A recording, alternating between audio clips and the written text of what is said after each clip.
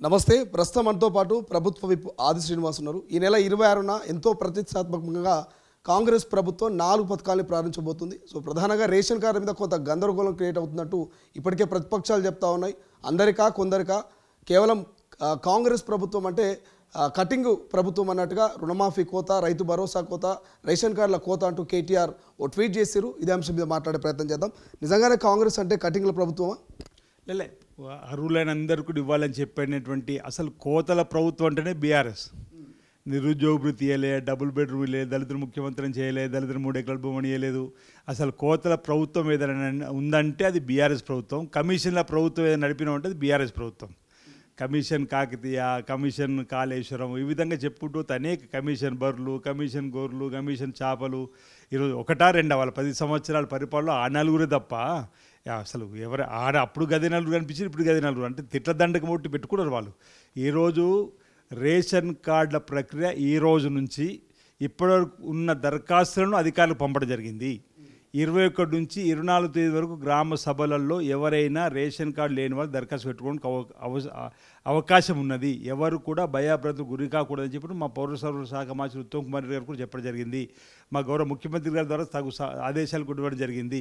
ఇప్పటి వరకు ప్రభుత్వం దగ్గర గత 11 సంవత్సరాలుగా పేద ప్రజలు రేషన్ కార్డు కావాలని చెప్పని కళ్ళు కాయలు కాచేలా ఎదురు చూస్తూ మీ సేవల ద్వారా, ఎంఆర్ఓల ద్వారా, సెక్రటరీల దగ్గర దరఖాస్తుల మీద దరఖాస్తులు, జిరాక్సుల మీద జిరాక్సులు పెట్టి ఏ ఎమ్మెల్యేవైనా ఏ మంత్రివైనా ఈ 10 సంవత్సరాలు ఇచ్చి వాళ్ళు ఇక మాకు రావు అనుకున్న సందర్భంలో ఏవైతే దరఖాస్తులు పెండింగ్లు ఉన్నాయో ప్రభుత్వం దగ్గర వాటన్నిటినీ కూడా మేము పంపడం జరిగింది. వీటితో పాటు ఇంక ఎవరైనా ఈ రోజు నుంచి దరఖాస్తు పెట్టుకోవడానికి అవకాశం కల్పిస్తూ ప్రజాపాలనలో గ్రామ సభలు పెడితే ఇక దీన్ని కూడా తప్పవట్టే విధానికి కేటీఆర్ మాట్లాడితే ఎట్లా? అందరికీ ఎవరైతే రేషన్ కార్డు లేదని దరఖాస్తు పెట్టుకుంటారో వాళ్ళందరికీ కూడా రేషన్ కార్డు ఇచ్చే ప్రక్రియ 11 సంవత్సరాల తర్వాత, గత తెలంగాణ తీసుకొని వచ్చిన తర్వాత 10 ఏళ్ళలో రేషన్ కార్డు ఇవ్వని ప్రభుత్వం అదైతే మేము ప్రభుత్వం వచ్చినాక 13 మాసాల్లోనే రేషన్ కార్డు ఇచ్చే ప్రక్రియను ప్రారంభం చేయబోతున్నాం 26వ తేదీ నుంచి అనే మాట సందర్భం తెలియజేస్తూ ఎవరు ఆందోళన చెందవలసిన అవసరం లేదు. అబద్ధాల ప్రచారం చేస్తున్నటువంటి కేటీఆర్ గారిని, ఇంకా హరీష్ రావు గారు కానీ బీఆర్ఎస్ పార్టీ నాయకుల మాటలు దయచేసి నమ్మవద్దని సందర్భంగా విజ్ఞప్తి చేస్తున్నాం. గత ప్రభుత్వం కేవలం మీరే అన్నారు 40 నుంచి 50 వేల రేషన్ కార్డుల జారీ మాత్రమే చేసింది గత 10 ఏళ్లలో. సో కొత్తగా ఇంకెక్కువ చేసింది లేదు. కానీ మీ ప్రభుత్వము ఎన్ని లక్షలు చేయబోతుంది, నిజంగా అర్హులకి ఇవ్వబోతుందా? ప్రజాపాలన దరఖాస్తు ఫారంలో కూడా కొన్ని టెక్నికల్ ఇష్యూ, ఎవరైతే కంప్యూటర్ ఆపరేటర్ డేటా ఎంట్రీ చేసేటప్పుడు కొన్ని మిస్టేక్స్ అయినాయి. అటువంటి వాళ్ళకు అసలు ప్రజాపాలన దరఖాస్తు రిసిప్ట్ కావచ్చు, ఆ దరఖాస్తు ఫారం కూడా చూపించేటువంటి పరిస్థితి. సో అటువంటి వాళ్ళకి మీరు ఏం చేయబోతున్నారు? ఇక్కడ ఒకటి మీరు గమనించాలి, మీ ద్వారా మీకు కూడా విజ్ఞప్తి చేస్తున్నా, ప్రజాపాలన దరఖాస్తులో రేషన్ కార్డుకు సంబంధించిన కాలం లేదు. ఆనాడు రేషన్ కార్డు కోసం దరఖాస్తు పెట్టుకున్న వాళ్ళ కోసం ప్రత్యేక క్యాబిన్ ఏర్పడేసినాము. ఆ క్యాబిన్లో వచ్చిన దరఖాస్తులను కూడా స్వీకరించడం జరిగింది, వాటిని కూడా క్రోడీకరించి పంపడం జరిగింది.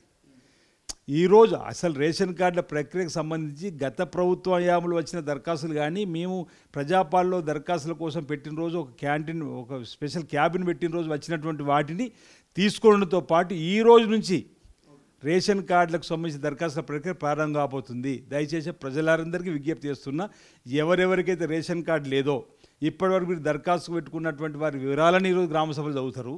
ఇంకా లేని వారు ఉంటే కూడా మీరు దరఖాస్తు పెట్టుకుంటూ వారికి కూడా ఇచ్చేటువంటి ఏర్పాటు ప్రభుత్వం చేస్తుంది. ఎవరు ఆందోళన చెందాల్సిన అవసరం లేదు.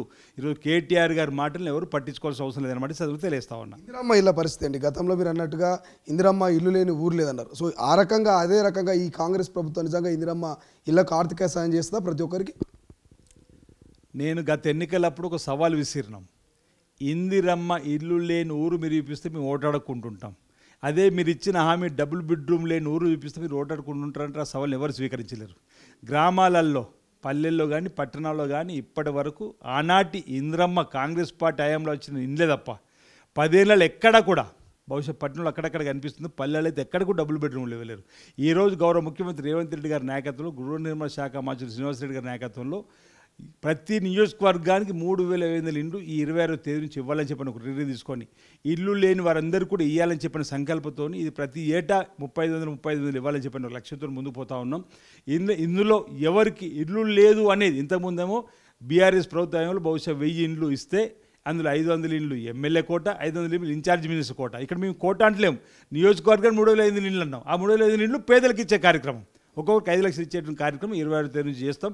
మా చిత్తశుద్ధిని ఎవరు కూడా శంకించవలసిన అవసరం లేదు. ఇచ్చి తీరుతాం పేదలకు ఇంద్రమిండ్లు. లొట్టబీస్ కేసు, లొట్టబీస్ ముఖ్యమంత్రి అన్నటువంటి కేటీఆర్ వ్యాఖ్యలు ఎట్లా చూస్తారు? ఆ కేసు ఎక్కడి దాకా వచ్చింది అనుకోవచ్చు? నిజంగానే ఆ నిరూపణ అయ్యే అవకాశం ఉంటుంది. ఓవైపు ఆర్ఎస్ ప్రవీణ్ కుమార్ కూడా ఇది అసలు నిరాపరమైనటువంటి కేసు, అసలు ఇక్కడ సాక్ష్యాధారాలు లేవు, అక్కడ ఇక్కడ కూడా ఏం అవినీతి జరగలేదని అంటున్నారు. ఎట్లా చూస్తారు? ఇప్పుడు లొట్టపీసు కేసు అంటూనే మా ముఖ్యమంత్రిని ఇష్టానుసారంగా వారు మాట్లాడిన మాటలు.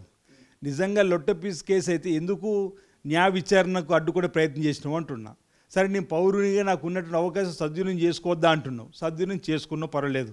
ఈరోజు విచారణ రమ్మంటే వచ్చి అక్కడ దాకా వచ్చి నాకు అడ్వకేట్ రాణిస్తలేరు అని వెళ్ళిపోతారు, డ్రామా. తర్వాత కోర్టుకు వెళ్తే కోర్టుకు నువ్వు అడ్వకేట్ తీసుకువెళ్ళొచ్చు, కానీ విచారణ గదిలో ఆయన ఉండడానికి వీలు కాదు. పారదర్శకంగా నీకు అంతా మీకు భయం వేస్తే ఒక అద్దం లాంటి దాని గదిలో ఉండడానికి అవకాశం ఉన్నదని చెప్పిన సందర్భంలో అడావుడి చేయడం. మేము అది గతంలో ఈ విధంగా విచారణ అధికారి దగ్గరకు వచ్చి బయటకు వచ్చి కార్లకి మాట్లాడిన సందర్భంలో అంటే అన్ని డ్రామాలు, అన్నీ ప్రజల సానుభూతిని పొందడానికి కోసం చేసేటువంటి ప్రయత్నం చేసే కార్యక్రమం చెప్తూ హైకోర్టుకు వెళ్తే హైకోర్టు విచారణ జరగాల్సిందన్నారు. తర్వాత సుప్రీంకోర్టుకు వెళ్ళి ఏం జరిగింది? సుప్రీంకోర్టులో విచారణ జరుగుతున్న క్రమంలో ఓవైపు గవర్నర్ గారు అనుమతి ఇచ్చిండ్రు, ఓవైపు ఏసీబీ కేసు కట్టింది. విచారణ రమ్మంటే నిజంగా నువ్వు ఏం తప్పు చేయకపోతే లొట్టపీస్ కేసు అయితే విచారణకు వెళ్ళి జరిగింది చెప్తే అయిపోతుండే. ఇంకా దబాయింపు ఓవైపు. సుప్రీంకోర్టులో నేను ఎక్కడ మేము ప్రభుత్వం ఎప్పుడు గెలిచిందని మొన్న నైతికంగా ప్రభుత్వం ఇప్పటికీ గెలిచిపోయింది. సుప్రీంకోర్టులో కేటీఆర్ గారు తన కేసును వాపసు తీసుకున్న రోజే నైతికంగా ఆయన ఓడిపోయిండు.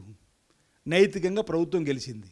ఈ ఎఫ్ఐఆర్ నిజమని ఒప్పుకున్నట్టు కదా. సుప్రీంకోర్టు సైతం తలదూర్చలేదు, సుప్రీంకోర్టు కూడా విచారణ వెళ్ళాల్సిందంటే ఆయన తప్పు ఉన్నదని క్లియర్గా అనిపిస్తుంది. 55 కోట్ల రూపాయలు ఫౌండ్ల రూపంలో ఆర్బీఐ అనుమతి లేకుండా, క్యాబినెట్ అనుమతి లేకుండా, ముఖ్యమంత్రి అనుమతి లేకుండా ఆయన దబాయింపుతోని బెదిరింపుతోని బ్యాంకులపై ఒత్తిడి తీసుకొని వచ్చి 55 కోట్లు ఫౌండ్ రూపంలో మార్చినట్టు సందర్భం. దానికి జిఎస్టీ ఇతర నష్టం కూడా 8 కోట్లు. అంటే ప్రజాధనం దుర్వినియోగమైంది. ఈ కార్ రేసులలో ఈ ప్రభుత్వం మధ్యవర్తిగా ఫెసిలిటర్గా ఉండాలి తప్ప, మధ్యవర్తిగా ఉండాలి తప్ప పెట్టుబడులు పెట్టడం ఏంటి? దానికి సంబంధించి ఈరోజు ప్రజాధనం దుర్వినియోగం అయింది కాబట్టి కేసు పెట్టే సందర్భం మరొకటి కాదు. ఒకసారి ఆది శ్రీనివాస్ గారు, నిజంగా ఫార్ములా ఈ రేస్లో చూపించిన స్పీడ్ ప్రభుత్వం ఎందుకు ఫోన్ ట్యాపింగ్ కావచ్చు, కాళేశ్వరం కావచ్చు, విద్యుత్ కొనుగోలు కావచ్చు, గొర్రెల స్కామ్ కావచ్చు, చేపల స్కామ్, ఈ స్కామ్లను ఎందుకు చూపించలేకపోతుంది? ఇప్పుడు మీరే అతనిపై విచారణ జరుపుతారేమో కక్ష సాయింపుతుంది అని అంటారు. ఇప్పుడు చట్టం తన పని తను చేసుకుపోయే క్రమంలో అన్ని ఆధారాలు దొరికినాక చట్టం తన పని చేస్తుంది. ఇప్పుడు విచారణ కొనసాగుతుంది.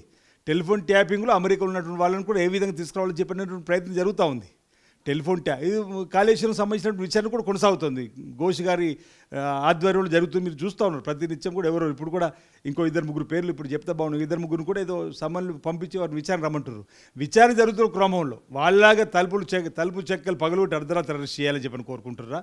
ఈరోజు ప్రజాస్వామ్య పంతంలో మాకు గౌరవ ముఖ్యమంత్రి రేవంత్ రెడ్డి ఎక్కడ కూడా కక్షలు కార్పణ్యం లేకుండా, రాజకీయ కక్ష అనేది లేకుండా, తప్పు ఎవరు చేసినా వారు ఆ తప్పును వారు అనుభవించాల్సిందని చెప్పని మాట చెప్పింది తప్ప మరొకటి కాదు. ఇక్కడ ఫైనల్గా ఒక మాట, ఉప ఎన్నికలు రాబోతున్నాయి తెలంగాణలో అంటున్నారు. ఈ ఉప ఎన్నికలకు సంబంధించి ఏం చెప్తారు? కేటీఆర్ 10 మంది మీద అనర్హత వేయబోతున్నారు. సరే, ఆయన మొదటి నుంచి ఉప ఎన్నిక అంటుండే, చూద్దాం, వేచి చూద్దాం. వాళ్ళ హయాంలో